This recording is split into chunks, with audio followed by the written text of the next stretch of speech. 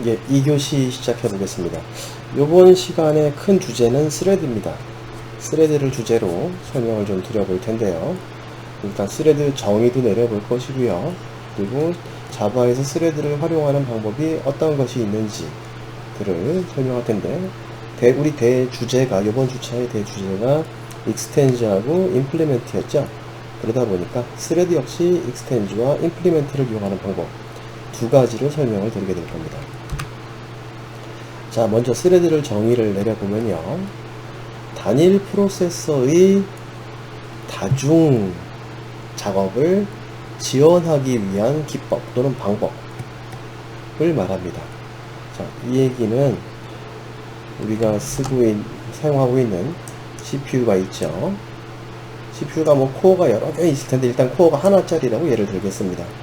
코어가 하나짜리이고, 운영시제 시간은 아니지만, 어플리케이션들이 이렇게 여러 개가 동시에 실행되기를 바라는 상황이라고 봅시다. 이렇게요. 그러면 CPU 안에서 이 각각의 내용들을 CPU가 여러가지 다양한 스케줄링 방법에 의해서 번갈아 가면서 하나, 둘, 세 개를 실행을 모두 동시에 되는 것처럼 관리를 할 거예요. 이건 이제 운영시제 시간에 배우는 내용이고요. 근데 물론 그 안에서 다시 스레드가 설명이 되는데, 우리가 이 앱 쪽에서 앱에 해당되는 어플리케이션에 해당되는 부분을 봤을 때 앱 안에도 여러 가지 기능을 동시에 사용을 하는 상황을 만나게 될 겁니다. 이렇게 두 개가 동시에 동작하기를 원하는 경우가 발생했다. 이 어플리케이션 내에서. 이런 경우가 없잖아. 있죠. 왜냐면 UI상에서 우리가 마우스든 키보드든 어떠한 입력을 계속 가하면서 네트워크로 데이터를 수신한다든지, 아니면 내가 입력되는 것들이 계속 백그라운드에서 주기적으로 계산이 되고 있다든지, 이러한 경우라면 스레드, 이렇게 어플리케이션 내에서 작업을 분할시키는 것을 스레드다. 그래서 이러한 어플리케이션 하나를 단일 프로세스라고 하죠. 프로세스, 하나의 프로세스에서 다중 작업, 여러 작업을 동시에 실행시키기 위한 기법, 이러한 기법을 스레드라고 말을 합니다. 다 이해되시죠? 이미 알고 계시는 내용일 거라고 생각을 하고 또 계속 설명을 해 나가면요. 일단 스레드의 기능을 한번 봅시다. 기능이요. 특정 상황에서 작업을 분산시켜서, 그렇죠? 여러 작업을 분산시켜서, 즉 여러 작업을 동시에 수행이 가능하게 하는 기능을 갖는다.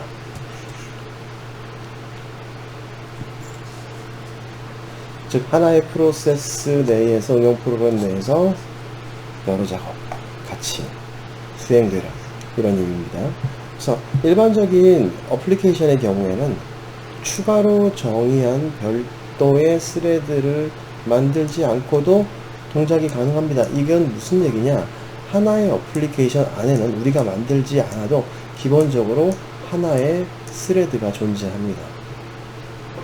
이 스레드를 메인 스레드라고 얘기하거나 UI 스레드라고 얘기해요. 그래서 여기서 정의해 놓기를, 프로세스에는 하나의 기본적으로 스레드가 존재한다. 그래서 application has a main thread, 메인 스레드를 가지고 있다라고 정의할 수 있고요. 자, 여기서 말하는 프로세스는 프로그램 구현에서 일반적으로 하나의 어플리케이션을 의미한다. 원 어플리케이션을 원 프로세스로 이해하시면 될 거예요. 자, 그러면 스레드는 다시 정의했을 때 하나의 프로세스 내부에 세부적으로 다중 작업을 만들어서 그것을 관리하는 집합을 의미하게 된다. 이해되셨죠? 이렇게 꼭 기억하셔야 될 내용입니다. 우리는 프로그램을 공부하면서 스레드를 안 배울 수가 없어요. C++에도 스레드 있어요. 자바에도 있고요. C샵에도 있고, 모든 언어엔 다 스레드가 존재합니다. 거기다가 우리가 앞으로 배우게 될 안드로이드에도 스레드가 존재합니다. 이렇게 다양한 것들이 있다. 자, 그래서 스레드가 필요한 상황은 어떤 상황인지 한번 살펴봅시다. 일단 유저 인터페이스를 가지고 있는 UI를 가지고 있는, 우리는 현재 프로그램은 콘솔 창에서 진행하고 있지만 UI 환경을 가지고 있는 상태에서, 그런 상태에서의 어플리케이션 또는 게임과 같이 동시에 처리해야 하는 작업이 하나 이상인 경우, 즉 그룹을 지어서 너 이쪽으로 이동해, 어떠한 유닛들이 게임을 예를 들었을 때 이렇게 있을 때, 야 너 그룹핑 너 이쪽으로 이동해 라고 하는 동안에, 얘가 이동하는 동안 내가 아무 일도 못하면 안 되죠. 할 수 있죠. 다른 쪽 그룹을 또 이렇게 만들어서 너는 이쪽으로 가서 교란 작전을 피워, 이렇게 진행을 할 수가 있을 겁니다. 그러면 얘도 이동하고 얘도 이동을 할 거예요. 그럼 작업은 동시에 처리된다는 얘기가 되겠죠. 즉 UI도 제어가 가능한 상태, 그리고 어떤 내부적인 동작도 가능한 상태, 이러한 동시 작업성을 갖는 일들을, 그런 상황에서 스레드가 필요하게 된다. 그래서 어플리케이션의 메인 스레드, UI 스레드라고 보통 얘기합니다. 그 스레드와 별도로 지속적으로 수행되는 추가 작업을 요구하는 경우, 그냥 이제 메인 스레드에서 하면 되잖아. 예, 됩니다. 그러나 메인 스레드는 주로 화면을 그린다거나, 그래서 UI 스레드라고 하거든요. 화면을 그린다거나 아니면 입력 값을 받는다거나 출력 값을 내보낸다거나 하는 일만 메인에서 작업을 하도록 하고, 그 이외의 작업은 내부적인 스레드를 만들어서 그 스레드가 동작되도록 구성을 한다는 겁니다. 그래서 이러한 환경을 멀티 스레드 환경이라고 얘기하는데, 이 멀티 스레드 환경의 제공은 프로그램을 공부하시면서 반드시 필요하게 될 겁니다. 그래서 예를 들면 통신 프로그램을 예를 들었는데, 데이터를 카톡을 보내면서 수신도 동시에 이루어질 수 있어야 되죠. 그렇죠? 뭐 이렇게 이해하시면 될 거예요. 경찰관이 가지고 있는 무전기가 있습니다. 이렇게 무전기가 있어요. 영화들을 많이 보시면 나오죠. 무전기에 보면 옆에 경찰이 요 후크 버튼을 띡 눌러서 어떠한 말을 전달합니다. 그리고 나서 뭐뭐뭐 했다, 오바 또는 이상, 뭐 이렇게 얘기를 할 겁니다.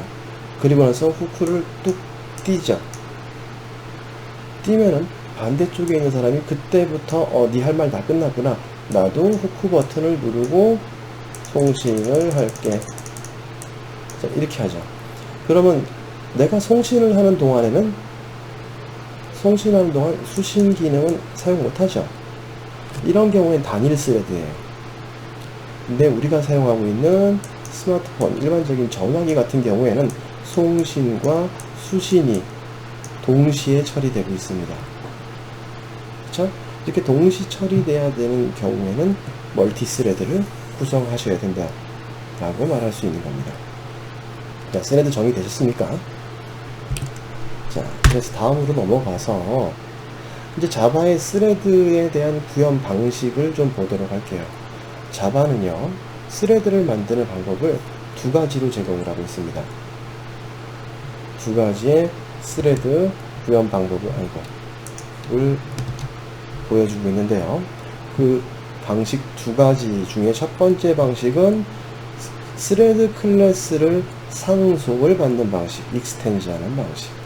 두 번째 방식은 러너블 인터페이스를, 인터페이스니까 임플리멘트겠죠. 구현하는 방식. 임플리멘트라는 단어가 구현하다라는 뜻이니까, 그래서 두 가지 방식을 사용할 수 있습니다. 야, 왜 복잡하게 두 개를 해놨어?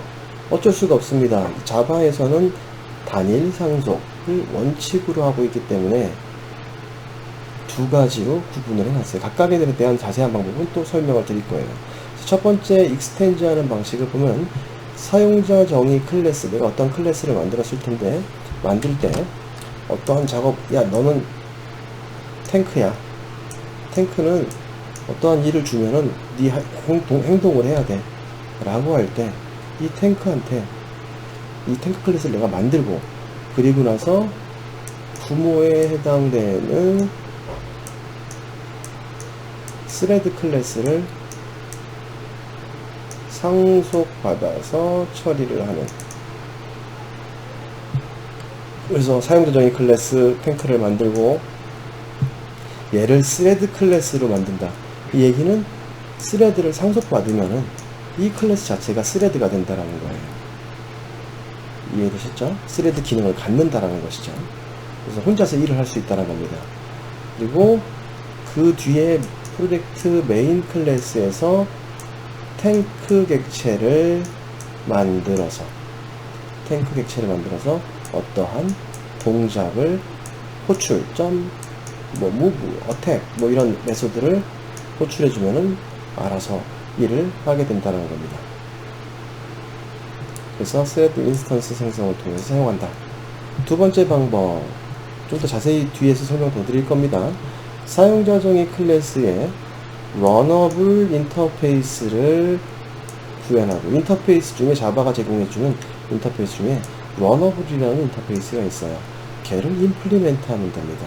위에는 스레드라는 클래스를, 또 한글로 썼는데, 실제 자바가 가지고 있는 스레드라는 클래스를 상속을 받으면 되는 거고, 밑에는 러너블 인터페이스를 임플리멘트 하면 됩니다. 그래서 이렇게 해서 인스턴스를 생성을 해서, 그럼 얘는 러너블로 만든 거니까 스레드가 아니죠, 아직까지는. 그래서 다시 스레드로 변환을 해서 사용하는 방법, 두 가지를 제공을 하고 있습니다. C++에서는 한 가지예요. 자바만 두 가지, 일단 이렇게 기억하시고요. 이 두 가지 방식으로 자바는 스레드를 지원합니다. 그래서 첫 번째로 스레드 클래스를 상속받는 방법에 대해서 설명을 좀 드려보도록 할게요. 자, 사용자 정의 클래스에 스레드 클래스를 상속, 스레드는 시스템 클래스입니다. 자바가 제공해주고 있는 시스템 클래스예요. 걔를 상속한다 라는 겁니다. 여기 보시면은 이쪽에 우측에, 제일 우측에 있는 이 그림에 보시면은 클래스를 mythread라는 클래스를 만들면서 슈퍼 클래스는 자바 랭귀지의 thread라는 클래스를 부모 클래스로 만드니까 아래쪽 같이 extends thread가 되겠죠. 그러면 thread를 상속받았으니까 내가 만드는 mythread라는 이 클래스 역시 thread가 됩니다. 일단 이렇게 상속이 필요하다. 두 번째, thread 멤버 메서드를 오버라이딩 하자. 자, 요 thread 클래스 안에는요, run이라는 클래스가 있는데, 자, override implement 메소드를 클릭해 보시면 좀 이따 보여드릴게요. thread 클래스 안에 run이라는 메소드가 있는데, 이 run 메소드를 꼭 오버라이딩을 하자. 그래서 이렇게 오버라이딩을 시켰죠. 자, thread가 가지고 있는 함수입니다. 얘를 자식 쪽에서 오버라이드 한다. 이 run 메소드 안에다가요, 요 사이에다가 진짜 스레드로 동작시킬 코드를 작성을 하시면 됩니다. 아시겠죠? 스레드로 동작할 코드를 작성을 하고요.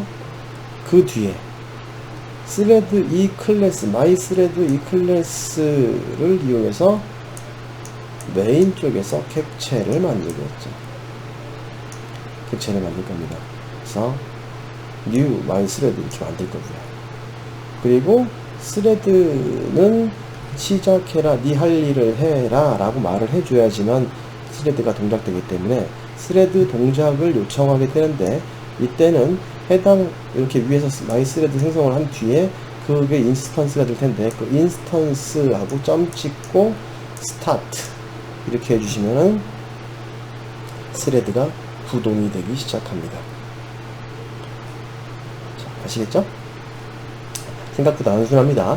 그래서 이렇게 스레드 클래스를 사용하는 방식의 장점은요, 스레드 클래스 내에 다양한 메소드를 바로바로 불러서 사용할 수 있다는 장점을 갖고요.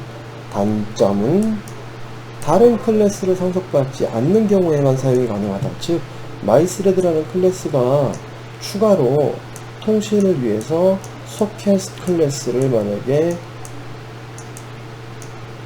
상속받고자 한다면 두 개가 같이 못 오죠. 그렇죠?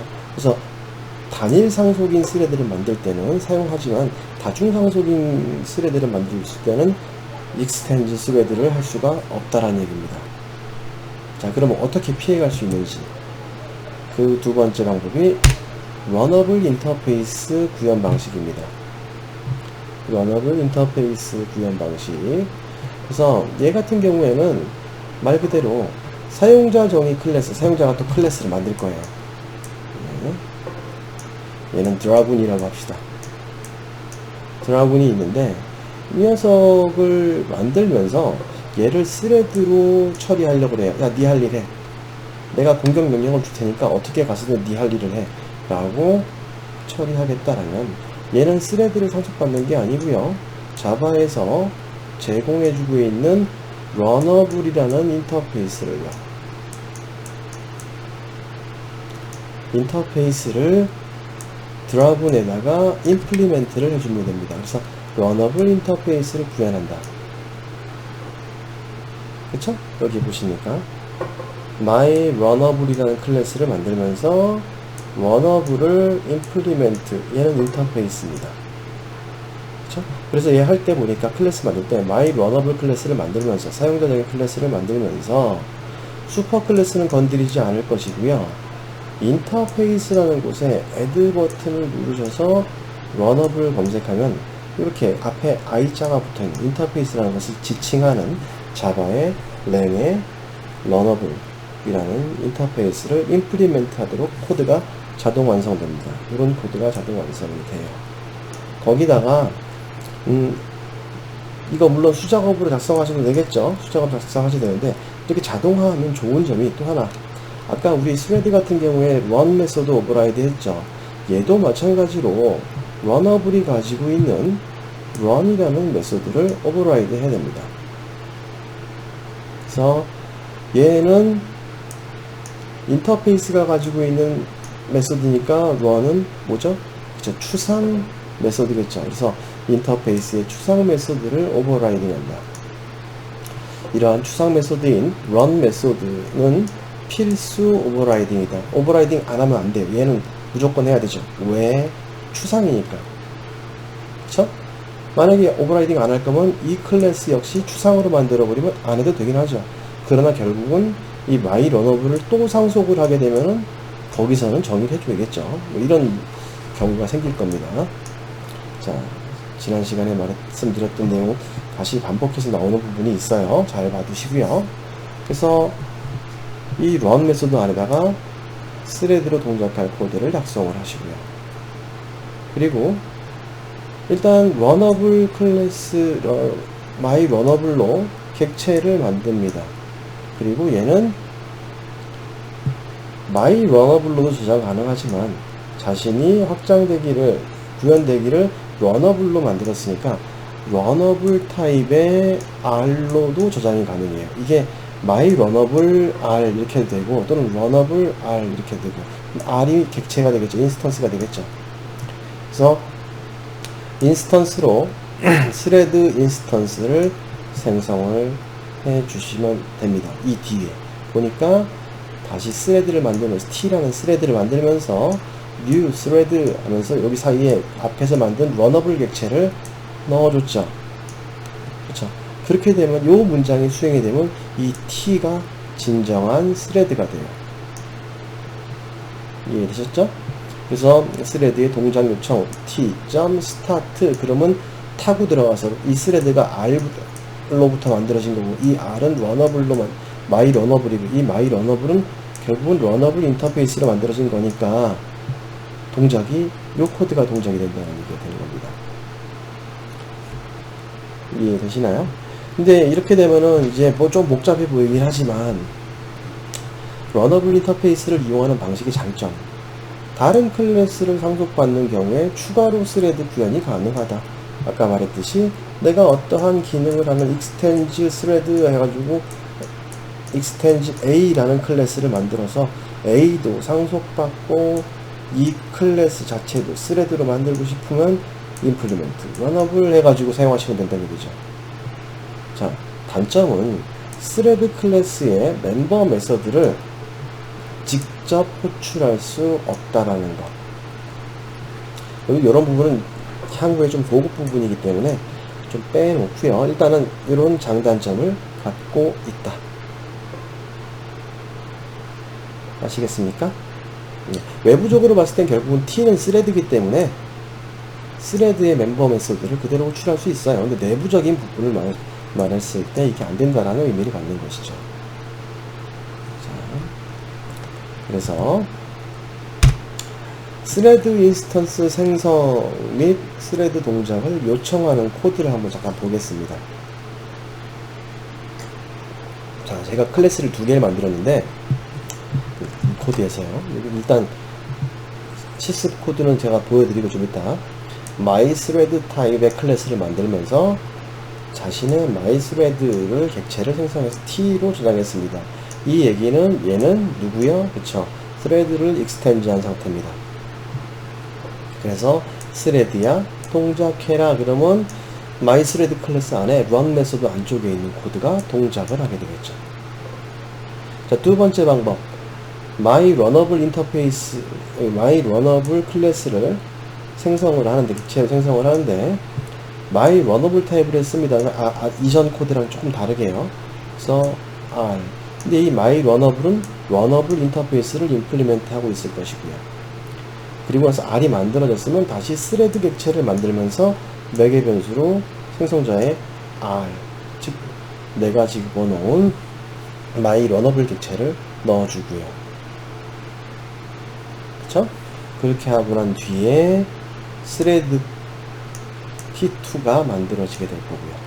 T2는 스레드니까 T2의 스타트 이렇게 해서 스레드를 동작해라 라고 호출할 수 있게 됩니다. 자세한 코드 예제는 조금 이따가 보여드리도록 하겠습니다. 그 다음에 일단 멀티 스레드가 필요한 상황을 예시로 들어서 봅시다. 만약 메시지를 송신하고 수신하는 동작이 동시에 요구되는 경우, 즉 송신과 수신을 모두 다 같이 해야 되는 경우, 동시에 일어나는 걸 말합니다. 그래서 아래의 코드는 메시지를 모두 송신한 이후에 메시지 수신이 가능하다. 즉 이걸 왜 이렇게 작성하냐면, 자, 송신하는 코드를 반복문으로 집어넣고요, 수신하는 코드를 반복문으로 넣었어요.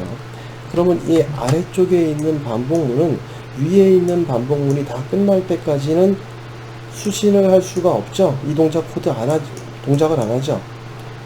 그쵸? 이렇게 되면 송신의 일이 다 끝나야지만 수신을 할 수 있다. 이건 동시성이 없죠. 자, 이런 상황의 코드가 존재합니다. 이와 비슷한 상황으로 입력 처리 중에 화면을 갱신할 필요가 있다는 거예요. 자, 키보드로부터 숫자를 막 집어넣습니다. 1, 2, 3 이렇게 해서 쭉쭉쭉쭉 집어넣을 건데, 집어넣는과 동시에 화면에 내가 입력한 값이 1, 2, 3 이렇게 계속 보이기를 원한다. 그럼 화면을 다시 그리는 것과 입력을 받는 일은 서로 작업이 사실상 별개죠. 근데 얘네들을 동시에 처리하는 것처럼 보이게 만들어야 되는 경우, 이 또한 스레드가 될 것이라는 거, 필요하다는 것이죠. 그래서 이렇게 스레드를 사용을 해야 되고, 그래서 이러한 스레드를 구현할 시에 주의사항이 좀 있습니다. 코드로 자세하게 설명을 좀 더 드리겠지만 미리 짚고 넘어가면요, 스레드는 스타트 메서드로 호출하여 동작을 시작한다. 즉 run 메서드를 다이렉트로 호출하는 게 아니고 스타트 메서드를 호출하면 내부적으로 run이 실행이 된다라는 겁니다. 자, 동작이 완료된 스레드는 다시 사용할 수 없다.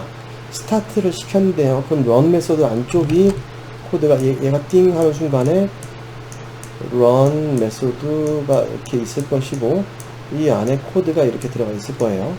이 코드가 들어가실 텐데, 이게 스레드를 동작할 코드가 있는데, 만약에 이 할 일을 다 하고 쭉 내려가다가 이 블럭, 마지막 블럭을 탁 벗어나면 이 런 메소드는 사용이 끝난 거죠. 그쵸? 이렇게 되면은 이러한 스레드는 더 이상 다시 스타트 시켜도 런이 동작되지 않아요. 즉, 동작이 완료되었다의 의미는 run 메소드 블럭의 코드를 모두 수행하고 블럭을 벗어난 경우다. 즉, 우리가 요거 얘기 많이 했죠. 호출 스택에서 run 메소드가 사라진 경우를 뜻한다. 이 얘기는 스택 Q 공부하셨을 테니까요. 이렇게 봤을 때 호출되는 함수가 이렇게 들어갑니다. 그럼 메인 함수가 제일 먼저 호출이 되어 있겠죠. 자, 그리고 만약에 우리가 스타트를 불렀다라고 칩시다. 그리고 나면 run 메소드가 동작을 한다 그랬죠. 그쵸? 근데 이 run이 할 일을 다 하고 빠져나가 버리면은 이쪽에 스타트하고 메인이 남게 되는데, 이때 스타트를 또 불러줘도 이 run 메소드가 빠져나간 상태가 됐기 때문에 다시 run을 부를 수가 없어요. 이런 상태를 말하게 됩니다. 동작 나중에 보도록 하고요. 그래서 스레드의 제어, 즉 그럼 스레드를 내가 잠시 중지시키고 싶거나 다시 시작해라 라고 하고 싶을 텐데, 이럴 때는 일시 멈춤, 재시작 등을 하기 위해서 추가적인 메소드를 사용하시면 됩니다. 그래서 스레드 클래스의 run 메소드에 일반적으로 무한 반복을 또 사용합니다. 왜냐? 이 run이 종료되면 안 되죠? 스택에서 사라지면 안 되기 때문에 계속 유지시켜줘야만 합니다. 자, 스레드는 고속으로 동작한다. 따라서 스레드 내부에서 동작 제어를 위해 스레드 클래스의 슬립이라는 메소드를 사용하게 됩니다. 그래도 이것도 이제 동작으로 보여드릴 겁니다. 그래서 슬립 메소드는 예외 처리가 필요하다. 이거 아직 안 배웠어요. 아마 뭐 지난 학기에 스캐너 이용하실 때 보셨을 수도 있는데, 저도 일단은 사용을 안 했습니다. 여지껏은. 근데 보여드릴게요. 근데 이러한 예외 처리란 비정상 동작에 따른 오류 발생 등의 예외 상황을 회피하기 위한, 즉 프로그램이 강제로 종료되거나 막 이런 것을 빼버리기 위해서, 즉 정상적으로 수행을 하게 하는 회피 기술을 예외 처리다 라고 보시면 되고, C++보다 자바 쪽의 예외 처리가 더 깔끔하게 잘 돼 있어요. 그건 확실합니다. 그래서 이러한 내용은 향후 스레드를 그러니까 예외 처리를 학습할 때 더 자세히 설명드릴 거고, 오늘은 모양만 보여드릴 거예요. 자, 그래서 어쨌든 이렇게 제어를 할 텐데, 스레드는 이렇게 되어 있습니다. 스레드는 가지고 있는 함수들이 이렇게 다양해요. 그래서 yield, sleep, stop, interrupt, interrupted, destroy, is alive, 다양한 것들이 있는데요. 우리가 이제 주로 쓰게 될 것들은 당연히 뭐 스타트 있겠죠. 여기 지금 빼놨는데 스레드 메소드인데, 여기 스레드에 슬립이라는 게 일시 중지가 있습니다. 위에도 보니까 yield 해가지고 일시 중지가 있는데, 일단은 무시하세요. 의미가 다르기 때문에. 스탑은 스레드를 강제로 종료시키는 겁니다. 해당 객체를 더 이상 쓸 수가 없어요. 스레드가 죽어버린다 생각하시면 됩니다. 자, 인터럽트도 종료 중에 하나입니다. 중간에 우리 OS 시간에 배우셨죠? 운영체제 시간에 인터럽트를 걸면은 CPU에서 빠져나오죠. 입출력 인터럽트가 발생되면 CPU에서 연산되는 것이 잠시 디스패치돼서 빠져나옵니다. 그런 과정처럼 인터럽트 시키는 거. 인터럽티드 하는 것은 인터럽트 된 상태인가를 테스트하기 위한 함수고요. 디스트로이는 종료 처리를 하지 않고 스레드를 그냥 버려버리는 거고요. is alive는 스레드가 지금 정상 동작 중인가를 확인하는 메소드. 그리고 suspend는 외부에서 스레드를 일시 중지시키는 것. resume은 이렇게 일시 중지된 것을 다시 가동시키는 것. 슬립이 여기서 일시 중지라고 했는데 얘는 특정한 시간 동안만, 즉 시간을 지정해 주면 그 시간 동안 중지라는 거고요. 자, priority 우선권입니다. set, get priority가 있어서 우선권을 세팅하거나 현재 스레드의 우선권을 확인하거나 할 수 있고요. 그리고 get name은 스레드 이름, active count, enumerate 열거하는 겁니다. 배열로. 그리고 count stack frames, 그리고 join to string 등등의 메소드가 있습니다. 다 일일이 다 설명드리기는 좀 버겁고요. 향후에 또 나오게 될 겁니다. 자, 자세한 내용들은. 그래서 중요한 부분들을 위주로 제가 스레드의 설명을 이제 코드로 설명을 드릴 겁니다. 지금까지는 이론적인 스레드를 말씀을 드린 것이고요. 자, 스레드 굉장히 중요하죠. 스레드에 대해서 설명을 드렸고요. 이제 스레드에 대해서 3교시에서 이 스레드를 이용하는 프로젝트를 한번 직접 같이 만들어 보면서 두 가지 익스텐드도 해보고 임플리멘트도 해보는 그런 과정을 거쳐보도록 하겠습니다. 자, 2교시는 여기서 마치도록 하겠습니다.